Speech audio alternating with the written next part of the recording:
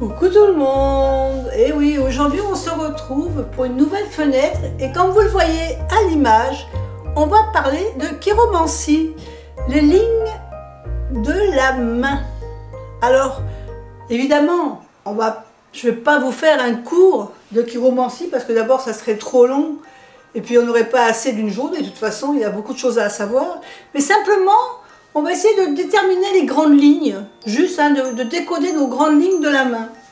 Alors, pour ce, vous pouvez soit regarder votre main en direct, mais ce que je vous conseille, moi, c'est de faire une photocopie de vos mains parce que je trouve que les lignes de la main ressortent beaucoup mieux, les lignes principales ressortent beaucoup mieux en photocopie que quand on les regarde comme ça.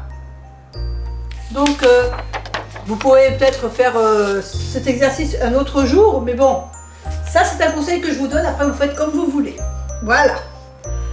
Alors, tout d'abord, quelle main regarder? Alors, les vieux préceptes veulent qu'il fallait prendre la main gauche. Avant, on se servait beaucoup de la main gauche, car c'était celle qui correspondait à la main du cœur. Ensuite, il y a d'autres écoles qui ont pour habitude de prendre la main dite dominante, c'est-à-dire la main avec laquelle vous écrivez. D'autres écoles disent que dans la main gauche, on lit le passé. Hein, la main gauche, on lit le passé. Elle dévoile en fin de compte ce que la personne, quand la personne est née, le potentiel qu'elle a, et que la main droite, en fin de compte, elle montre en fait sa vie actuelle, ce qu'elle vit. C'est pourquoi que des fois on lit la main droite. Donc en fin de compte, vous choisissez, de préférence, prenez celle où vous avez des lignes les plus visibles possibles. Je pense que ça sera peut-être le mieux pour pouvoir déterminer les 4 grandes lignes de la main. Donc il existe 4 grandes lignes qu'on voit ici. Donc il y a la ligne de vie qui se lie du début de la paume de la main vers la fin de la main.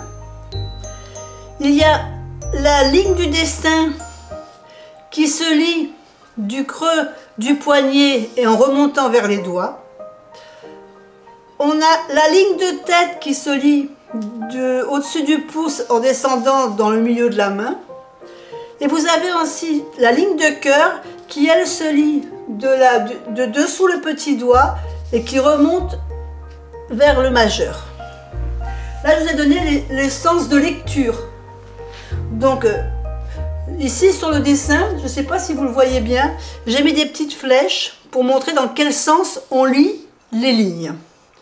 Alors ici, je vous ai mis les monts, il y a les monts également, mais bon, on n'aura pas le temps de faire tout aujourd'hui. Aujourd'hui, on va faire les principales lignes, c'est-à-dire les principales, il y a 4 lignes qui doivent être assez profondes et clairement dessinées.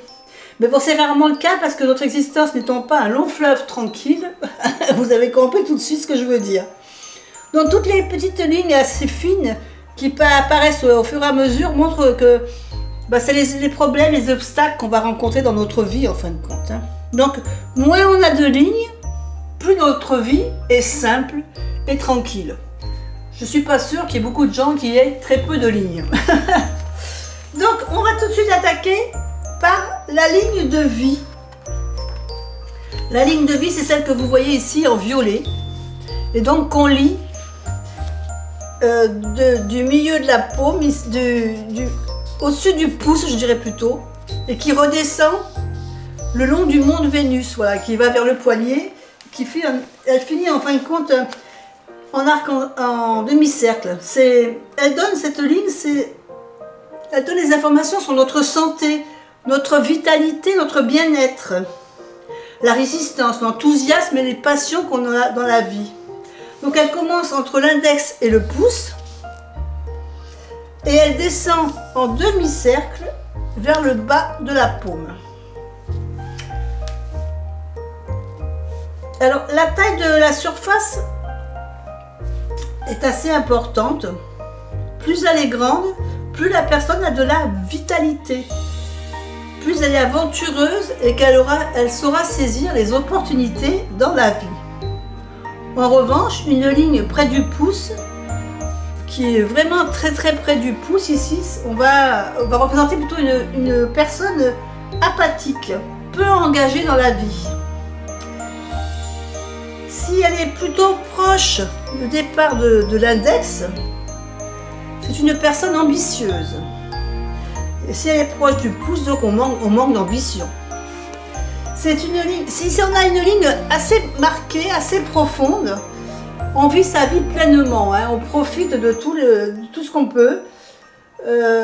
Et puis si elle n'est pas très profonde, c'est que vous aurez toujours un petit peu des petits problèmes de santé.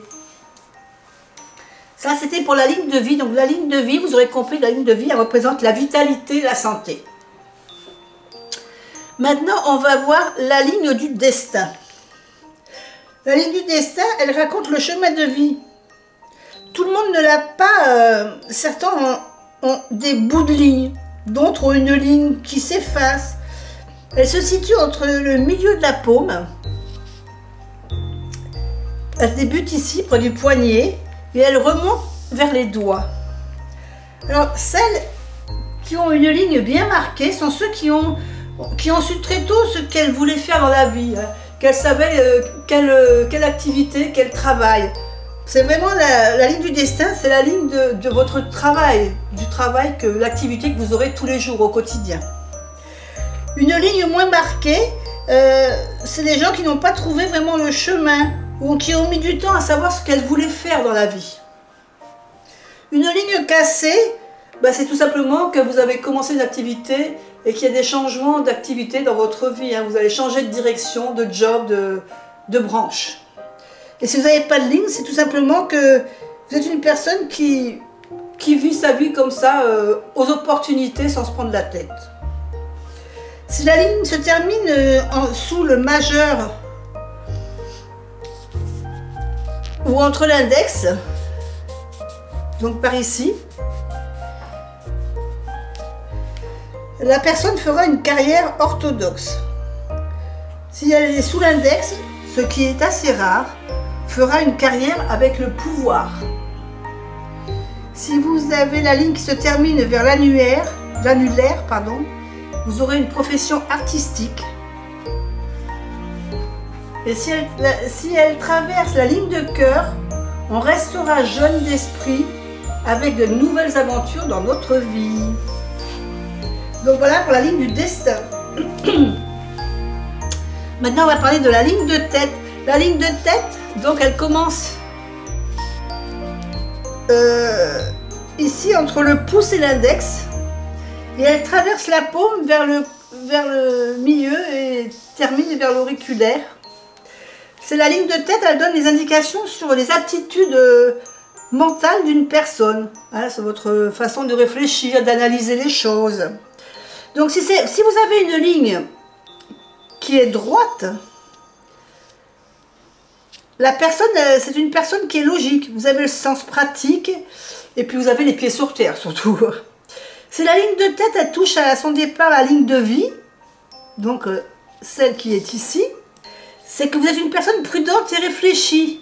Hein, vous réfléchissez beaucoup, vous analysez les choses avant de faire quoi que ce soit. Si les deux lignes sont bien séparées, c'est que vous êtes une personne indépendante et puis assez impulsive. Et plus l'espace est grand entre ces deux lignes, c'est-à-dire entre la ligne de vie et la ligne de tête, plus vous êtes spontané. Maintenant, voyons la dernière ligne, qui est la ligne de cœur. Donc forcément, c'est le côté cœur, sentimental, émotion. Elle donne des informations donc, sur la vie et l'énergie émotionnelle. C'est la ligne la plus proche des doigts. Elle commence sur le côté de la paume. Donc elle commence ici. Et se termine vers l'index et le majeur. Si la dernière partie de la ligne est courbée, cela indique une personne qui exprime ses sentiments facilement. Si elle finit droite, la personne a du mal à exprimer ses sentiments. Elle est sensible, facilement blessée, mais le cache. La ligne s'arrête sous l'index. Vous êtes une personne idéaliste et souvent déçue par les autres. Par contre, si elle se termine sous le majeur, vous êtes quelqu'un d'égoïste. Si votre ligne est assez profonde, vous avez une vie sentimentale stable et heureuse. Par contre, si vous avez une ligne de cœur assez fines, vous aurez des ruptures et des trahisons dans votre vie. Voilà, bah écoutez, je ne sais pas ce que vous pensez de toutes ces définitions. Faites l'étude de votre main et puis donnez-moi un retour pour savoir si, avec votre vécu actuel, puisque bon, la main elle évolue en plus, hein, notre main évolue tout le temps, donc les lignes changent au fur et à mesure qu'on grandit. Donc si vous êtes jeune, bah, forcément vous n'aurez pas toute votre vie dans votre main pour l'instant.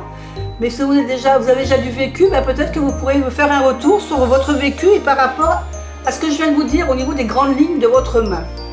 Voilà, moi je vous fais des bisous. Étudiez bien vos mimines. Et puis je vous dis à bientôt dans une autre vidéo. Bye bye.